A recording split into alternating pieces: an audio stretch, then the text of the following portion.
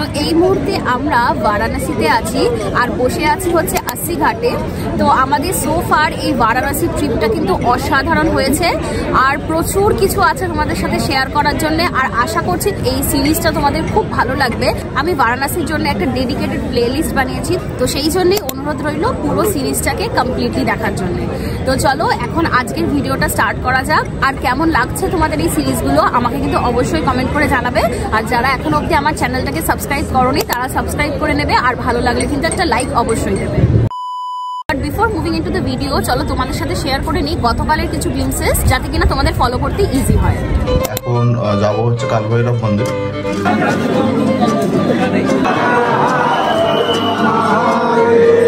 কেমন লাগছে খেতে? ভালো, মানে এটা হচ্ছে মিল্ক ফ্রক টাইপ। কেমন টেস্ট? কেমন? আলাদাই টেস্ট। ফাইনালি একটা ঘাটে এসেছি, আর সেই ঘাটটা হচ্ছে মণিকর্ণিকা ঘাট। মণিকর্ণিকা আর দশাশ্বমেধের মাঝখানে যে ঘাটগুলো আমরা দেখি সেগুলো তাহলে এখান থেকে বোট রাইডেই দেখে নেব।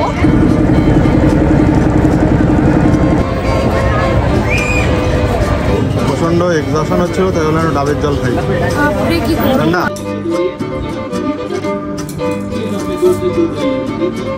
আমরা এখন বসে আছি, সন্ধ্যা আরতি স্টার্ট হবে আরো একদম কতক্ষণ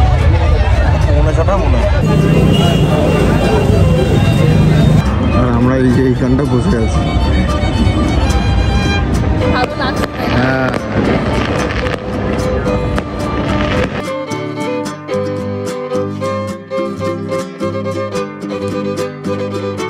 গুড মর্নিং এভরিওয়ান। আজ হচ্ছে ডে 4 ইন বারাণসী। তো এখন বাজে সকাল 6টা। আজকে আমরা সানরাইজ গঙ্গা আরতি দেখতে আর যাইনি, এখনো সানরাইজ হয়নি, কিন্তু 6:30টার সময় হওয়ার কথা। বাট আমরা আজকে ওই 5টার সময় আর বেরোইনি, তো এখন 6টা বাজে। এখন আমরা যাচ্ছি, ঘাটেই যাচ্ছি আবার। তো কিছুটা হয়তো দেখতে পাবো, জানি না ওটা ক্যান্সেল হয়ে গেছে কিনা, সেটা গেলে বুঝতে পারবো। তো যাই আর একটুখানি আশপাশটা ঘুরবো, লাস্ট একটুখানি ঘাটে একটু বসবো দিয়ে আমাদের এখান থেকে 8:30টার সময় বেরোনোর কথা, যেমনটা গতকাল বলেছিলাম। তো এই তারপরে এসে একটু ব্রেকফাস্ট করে তারপরে বেরিয়ে যাবো। আর আমাদের মোটামুটি গোছগাছ সবই কমপ্লিট হয়ে গেছে। হ্যাঁ, মোটামুটি সবই কমপ্লিট।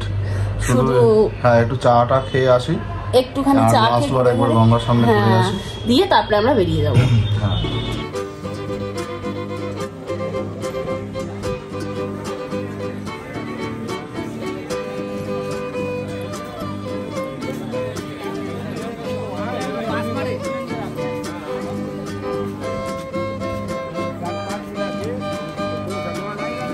আরতি স্থগিত রাখা হয়েছে ভিড়ের কারণে।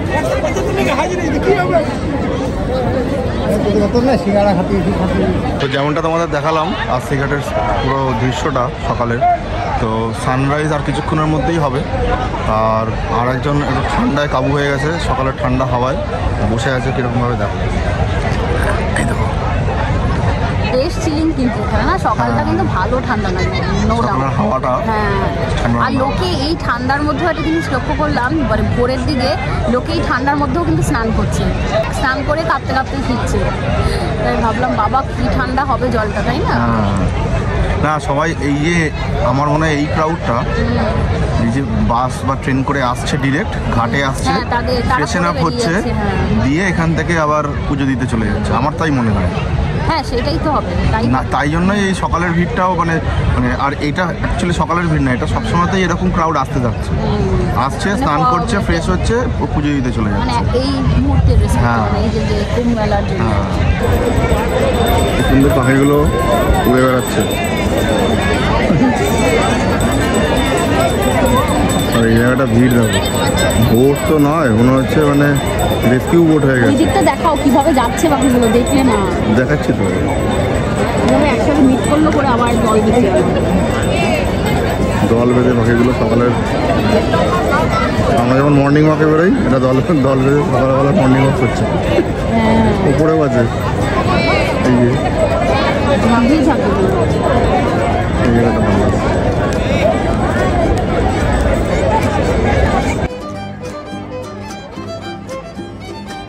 তো এখন 6:35 বেজে গেছে, মানে সানরাইজের টাইম ওভার হয়ে গেছে, কিন্তু এখন অবধি মানে সূর্য ঠিক করে দেখা যাচ্ছে না। আমার মনে হয় ক্লাউডি আছে সেই জন্য, কারণ আমরা পরশুদিন যে সানরাইজটা, পরশুদিন না গতকাল, পরশুদিন যে সানরাইজটা দেখেছিলাম সেটা মানে অসাধারণ দেখেছিলাম। তো সেই জন্য আমরা বোট রাইডেও বেরিয়েছিলাম। তোমরা যদি ওটা না দেখে থাকো তাহলে ওই ব্লগটাকে আগে চেক করো, ওটা দারুণ লাগবে দেখতে। মানে একটা মানে সারিয়াল এক্সপিরিয়েন্স যাকে বলে, মানে না দেখলে মানে ওটা বুঝতে পারবে না যে কতটা সুন্দর।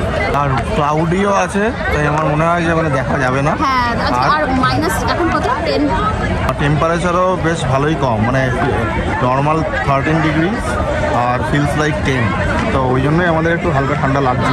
বেশ মানে ঠান্ডা ঠান্ডা ভাব আছে, ক্লাউডি আছে, তো সেটার জন্য যে মনে হয় না সানরাইজ আজকে প্রপার দেখা যাবে। হ্যাঁ, আর দেখা যাবে না, সানরাইজের টাইম তো হয়েই গেল। ছোটো করে জাস্ট একটু সূর্য দেবতার প্রণাম মন্ত্র করে একটুখানি পুজো করা হয়েছে।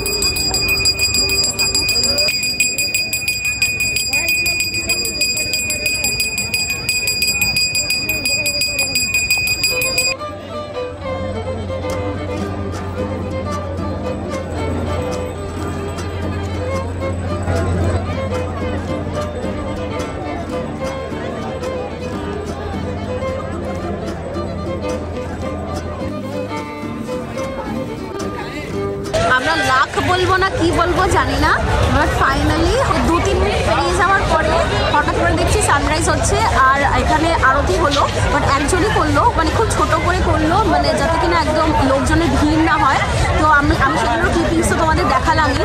তো মানে এত ভালো লাগছে কি বলবো, মানে আজকে সূর্য দেবতাও আসতে একটু লেট করেছে, মানে 1-2 মিনিট লেট ছিল আর কি, টাইমিং এ ডিলে হয়ে গেছে সূর্য দেবতার আজকে। হঠাৎ করে দেখলাম ওই জায়গাটা মানে মেঘটা কাইন্ড অফ ক্লিয়ার অফ হয়ে গেল। আর মানে খুব অনেক কিছু মেমোরিজ নিয়ে, মানে এর বলে না যার শেষ ভালো তার সব ভালো, সেরকমই আর কি একটা ইমোশনাল ব্যাপার ফিল হচ্ছে। তো সেটা হয়তো মানে আমি বুঝে এক্সপ্রেস করতে পারবো না, বাট যা ছিল অসাধারণ ছিল। So far so good. সত্যিই তাই। তো চলো এবার আস্তে আস্তে আমরা হোটেলের দিকে যাই।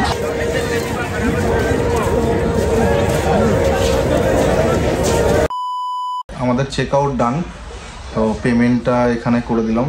তো আমরা booking.com থেকে অ্যাকচুয়ালি বুক করেছিলাম, তো ডিরেক্টলি পেমেন্ট ওখান থেকে কাটেনি। তো এখন চেক আউটের সময় হোটেলের ভাড়াটা ইনক্লুডিং আমরা যা যা খেয়েছি বা সার্ভিসেস নিয়েছি সেগুলোর সমস্ত বিল পে করলাম। তো গাড়ি বলা হয়ে গেছে, তো আমাদের 15 মিনিটের মধ্যে আসছে। হ্যাঁ, 10-15 মিনিটের মধ্যে গাড়ি চলে আসবে। আর booking.com এর এই নিয়মটা জানা ছিল না, মানে এটা নতুন ওরা আজকে বললো, মানে হয়তো মেবি এই হোটেলের সাথে সেরকম চুক্তি হতে পারে। তো যাই হোক, এনিহাও আমাদের ট্রিপটা খুবই ভালো কাটলো, অনেক মেমোরিজ নিয়ে ফিরে যাচ্ছি। আর আজকে অদ্ভুতভাবে এই 3 দিনের মধ্যে আজকে সবচেয়ে বেশি ঠান্ডা। হ্যাঁ, তো যাই হোক, এখন বলছে যে জ্যাম আছে একটুখানি, তো ওই জন্য একটু লেট করছে। তো আমার হয়তো মেবি 10-15 মিনিটস মোর আমাদের ওয়েট করতে হবে। হ্যাঁ, আবার 10টার মধ্যে আসছি, এয়ারপোর্ট ঢুকে যাবো। হ্যাঁ, তো চলো এয়ারপোর্ট পৌঁছে তারপর আবার কথা হচ্ছে। আমরা এই ক্যাবে উঠে পড়েছি, এখন পৌঁছতে আরও আধা ঘন্টা তো লাগবেই। তো আসার সময় বেশ অনেকটাই একটা বড় মানে মিসম্যানেজমেন্টের কারণে অনেক সমস্যা হলো। তো সেইগুলো যাই হোক, সেইগুলোকে কোনোভাবে পেরিয়ে আমরা এখন যাচ্ছি এয়ারপোর্টের দিকে। আর তো কী হয়েছে না হয়েছে সব তোমাদের সাথে আমরা পরে শেয়ার করবো, বিকজ এখন আমার কাছে তাড়াতাড়ি পৌঁছানোটা আগে বেশি জরুরি। তার কারণ অনেকটা লেট হয়ে গেছে, মনে হচ্ছে লেট হয়ে গেছে, মানে আশা করছি 10টার মধ্যে পৌঁছে যাব। তার কারণ হচ্ছে নইলে আমাদের হয়তো ফ্লাইট মিস হয়ে যাবে। তো যাই হোক, এখন আমি আগে যাই এয়ারপোর্টে, একটু সেটেল হই, তারপর আবার তোমাদের সাথে কথা বলছি।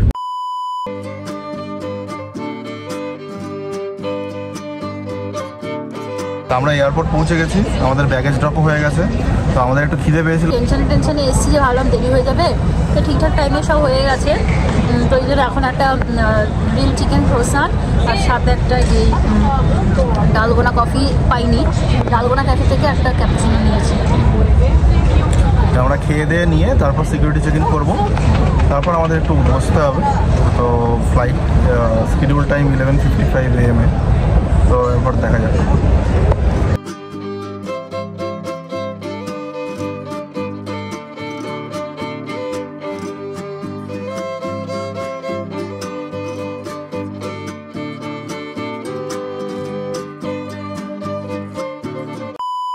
আমরা 15 মিনিট আগে ল্যান্ড করেছি, ল্যান্ড করে তারপর ব্যাগেজ কালেক্ট করে আমরা এই ক্যাবে উঠেছি।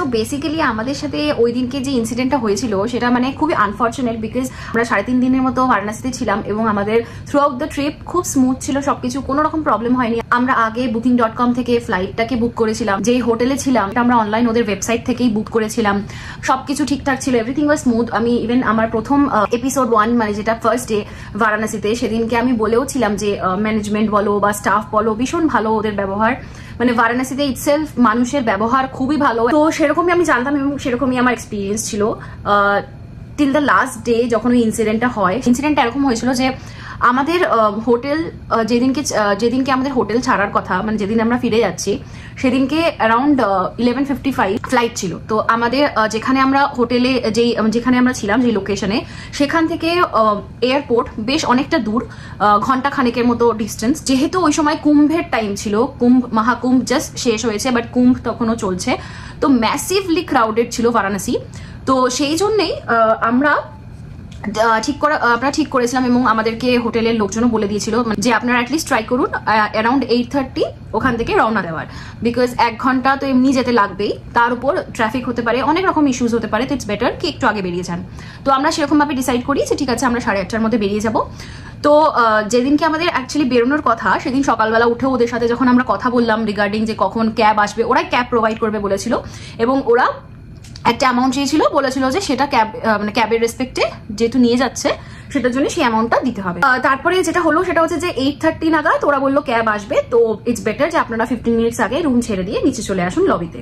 তো আমরা যথারীতি সেটাই করলাম, আমরা 8:15 এর মধ্যে নিচে লবিতে গেলাম, গিয়ে ওখানে তখন অব্দি ওরা বলছে যে ক্যাব আপনাদের 8:30 মতো চলে আসবে, ইউ নিড নট ওয়ারি, ঠিক টাইম মতো আপনাদের পৌঁছে দেওয়া হবে। 8:15 পৌঁছলাম, তো তখনও যখন জিজ্ঞেস করছি ক্যাব কি এসেছে বা ক্যাব কি আসছে, অন দ্য ওয়ে আছে কি, তখন ওনারা বলছেন যে এখানে এখন ভীষণ ট্রাফিক, তো ক্যাবওয়ালা বলছে যে ট্রাফিকে আটকে গেছে, তো ইট মাইট টেক অ্যানাদার 15 মিনিটস।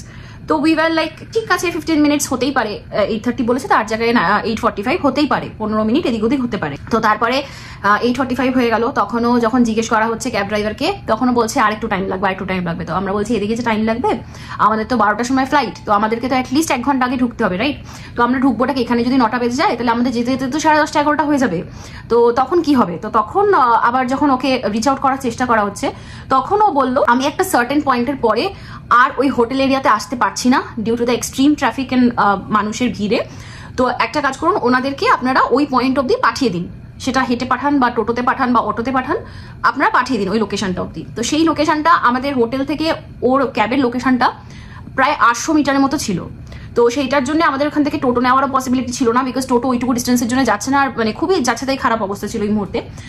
তো তারা কি করলো, দুটো স্টাফকে আমাদের সাথে পাঠালো উইথ দ্য লাগেজ, তারা সব লাগেজ ক্যারি করলো আর আমাদেরকে হাঁটতে হাঁটতে ওই 800 মিটার মতো হাঁটতে নিয়ে গেল, ওই ভীষণ ভিড় ভাট্টা ঠেলে টুলে আমরা পৌঁছলাম।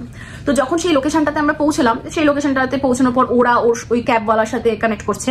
তো যথারীতি আমরা বলছি ওই লোকেশনটিতে আমরা পৌঁছে গেছি, বাট আমরা তো তোমাকে দেখতে পাচ্ছি না। তো তখনও বলছে যে আমি ওই লোকেশনটি অ্যাকচুয়ালি পৌঁছতে পারিনি, আমি এখন অনেক দূরে।